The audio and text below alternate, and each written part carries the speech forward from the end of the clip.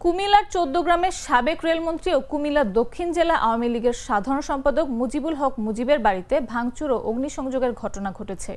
খবর পেয়ে fire service ও civil ডিফেন্সের সদস্যরা ঘটনাস্থলে পৌঁছে আগুন নিয়ন্ত্রণে আনেন। শনিবার বিকাল ৫:৩০টার দিকে উপজেলার বসুয়ারা গ্রামে এই ঘটনা ঘটে।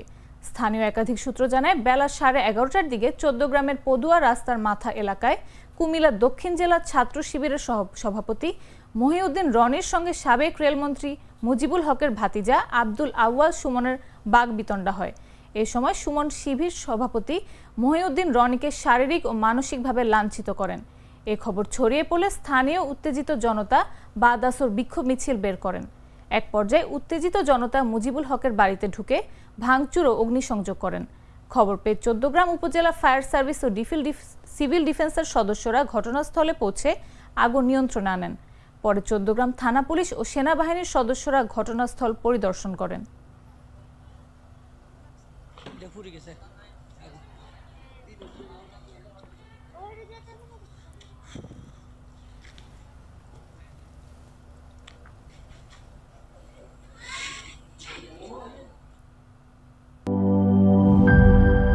একনল হ্যান্ড ওয়াশ 100% প্যারাবেন ফ্রি, তাই নিরাপদ হাতের জন্য আস্থা রাখুন একনলে।